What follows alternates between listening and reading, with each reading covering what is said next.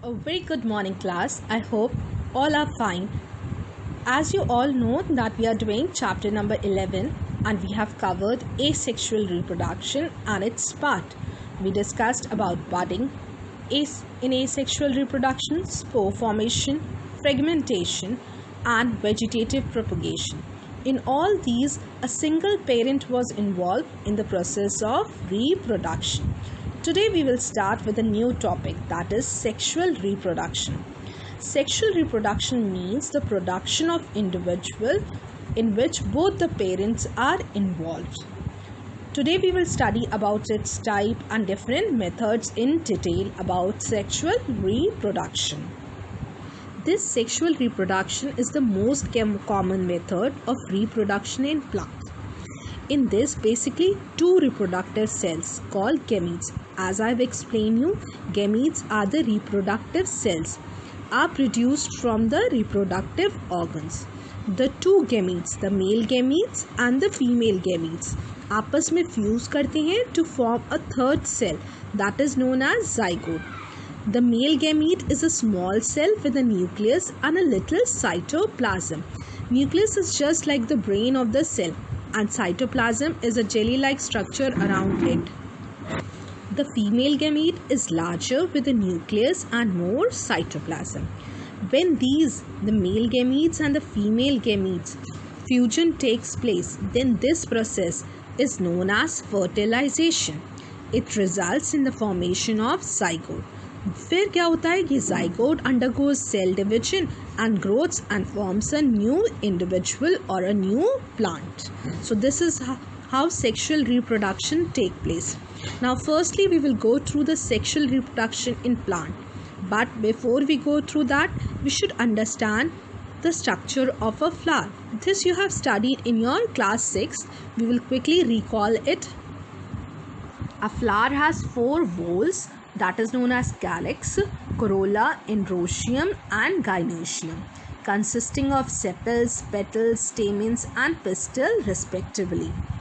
Of these, the stamens are the male reproductive part and pistil is the female reproductive part. जो stamen होता है, you can see in the diagram also, it is a male reproductive part and pistil is the female reproductive part.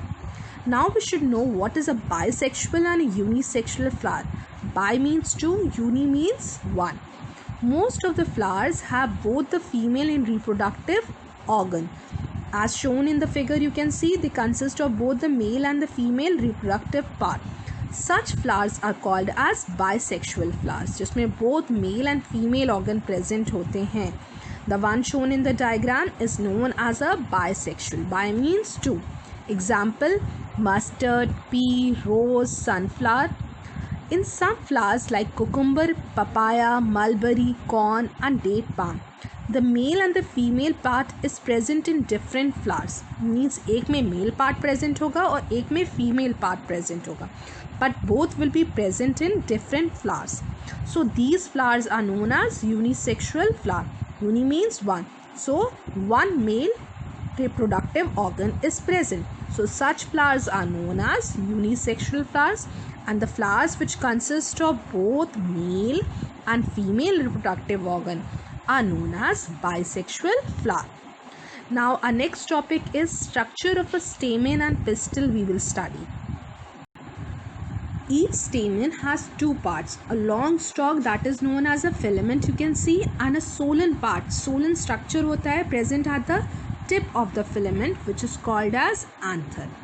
Anther produces a powdery substance which is known as pollen grains. Pollen grains basically are these pollen grains are basically the male gametes and they have a tough protective coat. They are very light and can be carried easily by wind and water. And a pistil consists of ovary, style and stigma. What does a pistil consist of? Ovary, style and stigma seen in the figure. Ovary is the basal solen portion. जो नीचे आपको दिख रहा है solar portion, that is basically ovary. It consists of a long style which ends in a knob-like part that is known as stigma. The ovary contains one or more ovule. Inside the ovary you can see many small structures are there that are known as ovules. The female gamete, also called the egg, is formed inside the ovule. जो female gamete होता है वो ovule में बनता है. Okay? Now the next topic is pollination. Pollination. When the male gamete present in the pollen grains need to be transferred to the female gamete. Means जब male gametes present होते हैं, कहाँ पर present होते हैं? Pollen grain में.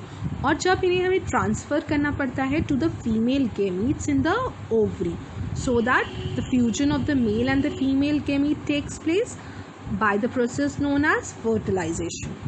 Fertilisation process take place करने के लिए पहले तो मेल एंड फीमेल गेमीट को टुगेदर होना है, और जिस प्रोसेस से ये ट्रांसफ़र होते हैं male gamete to the female gamete, that process of transferring is known as pollination.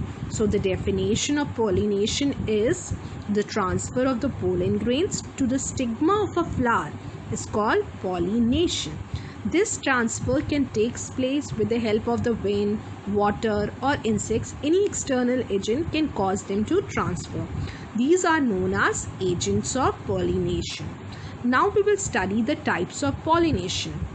Basically जो ये pollination होता है, it is of two types. The first one is self-pollination and the second one is cross-pollination. In self-pollination, pollen grains are transferred from an anther to the stigma of the same flower or other flower on the same plant. Means जब pollen grain को transfer करा जा रहा है from the anther to the stigma, it will be present in a same flower only. Means ये नहीं है and pollen grain को जो हम transfer कर रहे हैं किसी और flower में. Means दोनों चीज़ें उसी flower में present होंगी, just they need to be transferred. Then this type of pollination is known as self-pollination. Self-pollination. Next is cross-pollination. It is just the opposite of self-pollination. When the pollen grains are transferred from the anther to the stigma of a flower on another plant of the same kind. Means जब हम pollen grain को transfer कर रहे हैं from the anther to the stigma of a flower, but it will be an another flower of the same kind, species same होगा. Means अगर हम रोज़ का ले रहे हैं तो रोज़ में ही ट्रांसफ़र होगा. So this type of pollination is known as cross pollination. The next topic is fertilization. As I've explained you, the fusion of the male gamete with the female gamete is known as fertilization, and fertilization results in the formation of zygote. Zygote grow के develops into an embryo. So during the fertilization, the following events occur. क्या क्या होता है?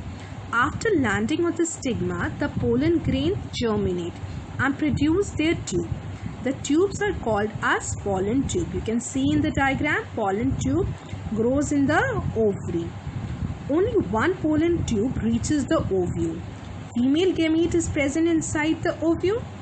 अब pollen grain वहाँ पे reach करा और वहाँ पर क्या प्रेजेंट है? वहाँ पर फीमेल गेमीट प्रेजेंट है ओव्यूल में. Finally the male gamete fuses with the female gamete, thus fertilization occurs. Now how this formation of fruits and seed take place after fertilization? The following changes takes place after fertilization.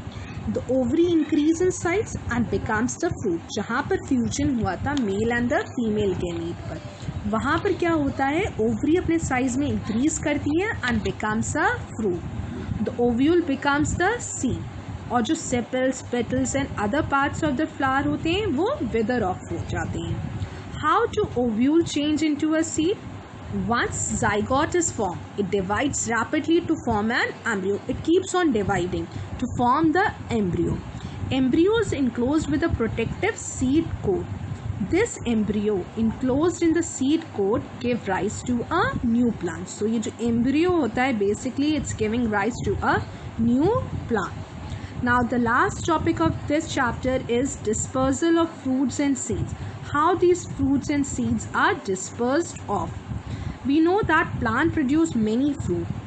If they were all to fall to the ground around the plant which produced them, the seeds present inside would try to grow into a new plant. अगर ये सारे गिर जाते तो सारी उनकी seeds grow करती नहीं पे.